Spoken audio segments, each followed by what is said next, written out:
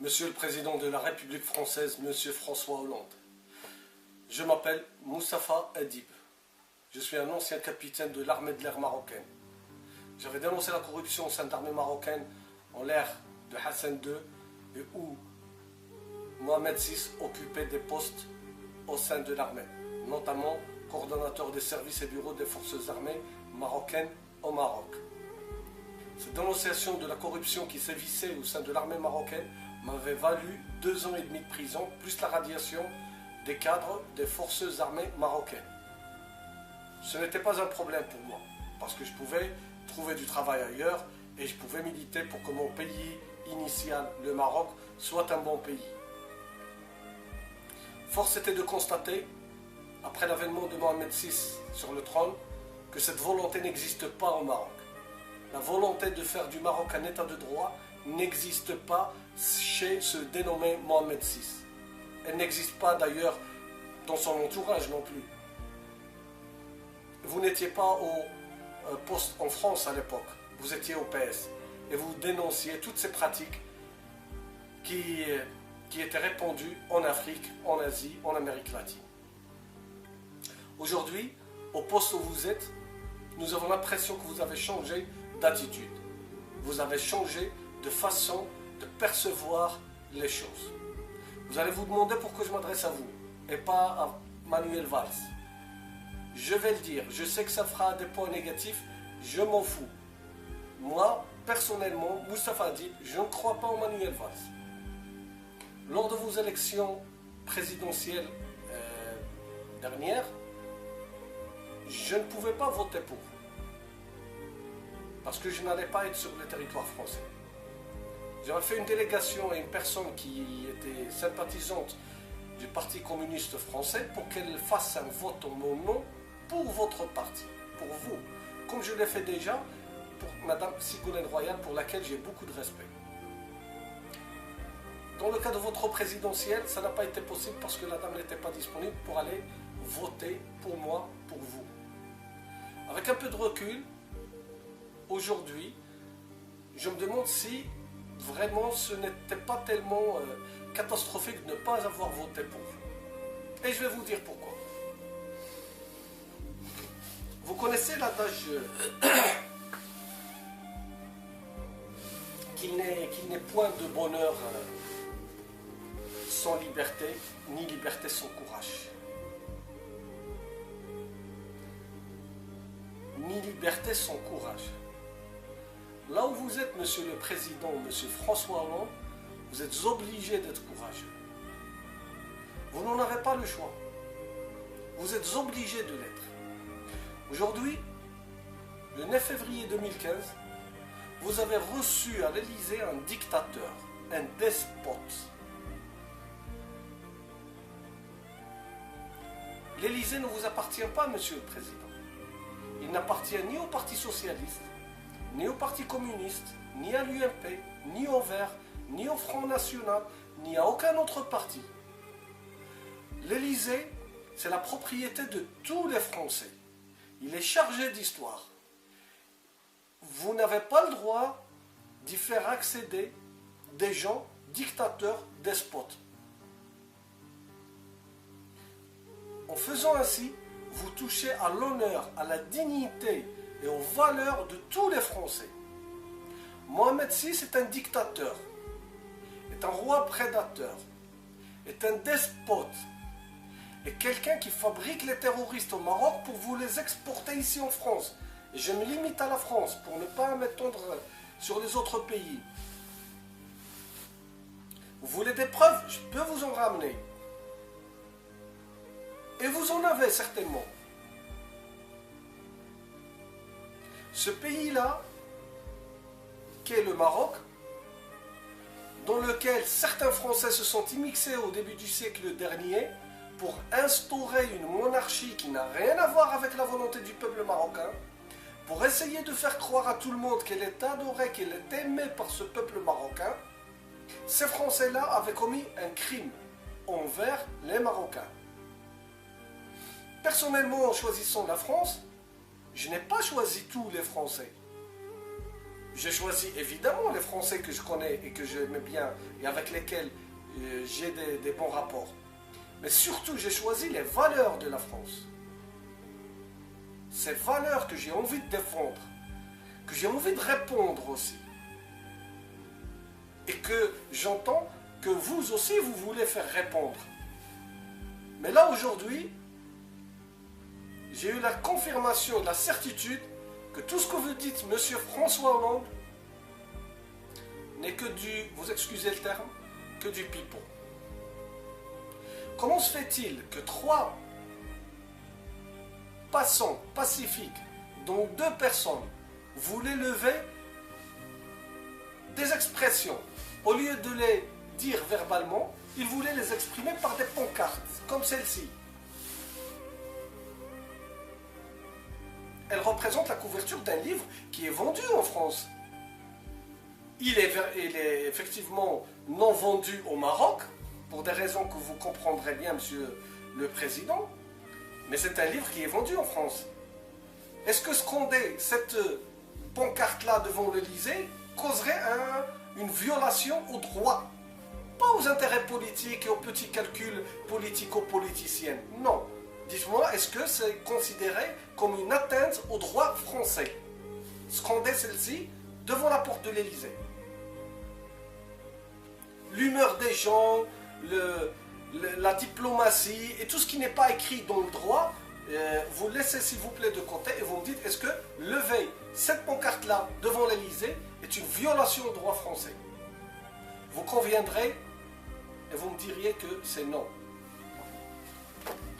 Est-ce que lever une pancarte comme celle-ci, où c'est dit une vérité, nulle revendication, sachant que j'ai le droit de lever des revendications aussi, mais dans celle-ci, c'est écrit, le roi du Maroc coûte aux appauvris marocains plus de 700 000 € par jour, alors que des millions de Marocains vivent avec moins d'1 € par jour. Déjà le texte, il interpelle les gens à faire partager le message et à s'y intéresser, au lieu de le réprimer et d'essayer de museler la personne qui essaie de le lever et de le scander. Aujourd'hui, monsieur le Président, pour avoir voulu scander ces 2 pancartes devant l'Élysée, nous avons été arrêtés par la police française. Nous avons été invités à nous déplacer gentiment, comme des méthodes de voyous, dans une ruelle. Nous avions cru que nous avions affaire à des policiers dignes de ce nom, des policiers de la République. Ils nous ont emmenés dans une ruelle où nul journaliste n'est, nul passant, c'est une rue non passante, et on nous a encerclés, on nous a cernés dans cette rue. On ne nous a pas laissé bouger. Et on avait avec nous une 3e personne qui était là pour prendre des photos, qui avait une urgence à accomplir à partir de 16h30. La police l'a empêché de partir. Nous avons été séquestrés pendant 1h30. Excusez-moi, pendant 1h10. Et puis après, pendant plus de 30 minutes encore, on est resté dans des discussions. Est-ce qu'on peut récupérer notre voiture escortée, pas escortée? Y a-t-il une loi qui interdit aux gens de circuler librement quand un dictateur est reçu chez vous à l'Élysée? Dites-le nous, parce que nous, on veut savoir, monsieur le Président.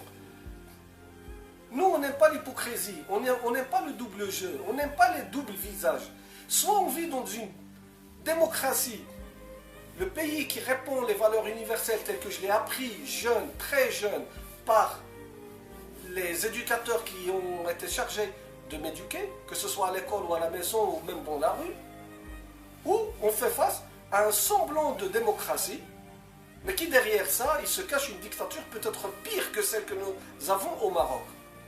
Je vous pose la question, monsieur le Président de la République. Savez-vous qu'avant cela, en 2012, on nous avait interdit de manifester devant le château du roi du Maroc, que nous considérons comme un roi prédateur et dictateur et tortionnaire, parce que moi j'ai des preuves là-dessus, qu'il est un tortionnaire et qu'il avait, en ce qui me concerne moi, il avait signé par sa propre main des ordres de privation de liberté, en me concernant. Et c'est dans le tribunal de grande instance à Paris. Vous pouvez vous renseigner pour savoir de la véracité de ce que je dis.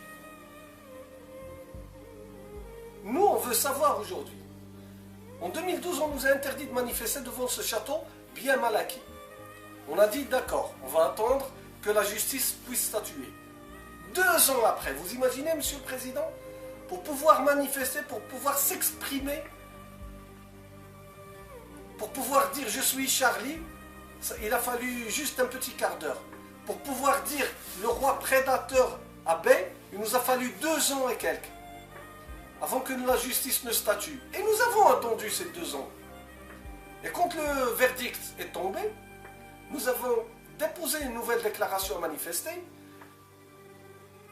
Votre préfet de l'Oise nous a déplacé le lieu de manifestation sans notre consentement. Sans notre consentement, sans même savoir pour nous pourquoi il nous a déplacés. Que ce soit le roi, oui, effectivement, nous on veut manifester en face du roi. Comme j'ai le droit de manifester en face de votre résidence ou en face de l'Élysée.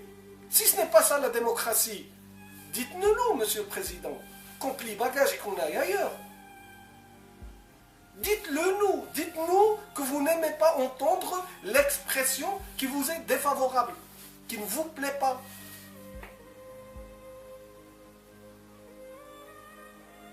Ensuite, après cela, on nous a fait déplacer là le week-end dernier notre lieu de manifestation, de là où on voulait manifester, vers un autre lieu. En 2013, je circulais avec une amie journaliste. Le préfet de l'Oise m'a interdit tout un canton pour y circuler. Tout un canton, Monsieur le Président. Ça n'existe nulle part, même pas au Maroc, j'ai jamais reçu de telles violations graves des droits de l'homme. Je peux vous montrer la carte du lieu où on m'a dit de ne pas circuler. Après les arrêtés d'interdiction émis par le préfet, par Madame le maire, l'ancienne Madame le maire de Bay, il est venu un temps où ils ont carrément décidé de m'empêcher de circuler. Regardez cette carte.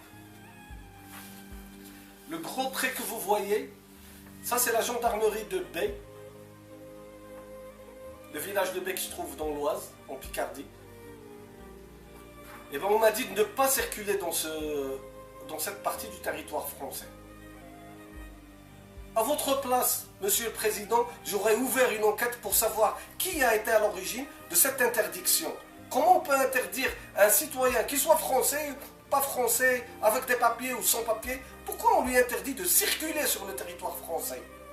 Eh bien, on a interdit de circuler sur ce territoire, verbalement bien sûr, devant une témoin. Après, quand ils se sont rendus compte de leur bavure, ils ne m'ont pas remis le décret préfectoral qui confirmait cette interdiction. Mais aujourd'hui, je l'ai vécu. Aujourd'hui, on nous a interdit de circuler à côté de l'Élysée, et même dans les rues voisinantes. On nous a interdit de circuler, moi et une personne âgée de 80 ans, qui venait elle aussi protester contre la dictature marocaine et contre la prédation économique du roi du Maroc, accompagné d'une 3e personne pour prendre des photos. On nous a interdit de circuler, on nous a séquestrés pendant 1h10, plus encore 30 minutes comme je disais pour pouvoir récupérer nos véhicules. Ça vous semble normal, Monsieur le Président? Sachez, Monsieur le Président, que le diable il se cache dans les détails. Ce ne sont pas les courbes de chômage, les discours politico-politiciens, les études relatives à une certaine géopolitique que les Français ne savent pas ni qui la met en place, ni qui en tire profit, ni... Aujourd'hui, les Français sont touchés dans leurs propres valeurs élémentaires, dans le fondement de la République. Et en faisant ainsi, Monsieur le Président, comme je vous disais, le diable il se cache dans les détails. Monsieur le Président, d'ici le 15 février, je ne vous fais pas une menace, Monsieur François Hollande. Je ne vous fais pas une menace. Mais d'ici le 15 février, si je ne reçois pas des lettres explicatives et surtout d'excuses de la police française pour ce qu'elle a fait aujourd'hui. Et si je ne reçois pas une lettre explicative et d'excuses de ce que la gendarmerie avait fait en m'interdisant de circuler à Bay, à partir du 16 février,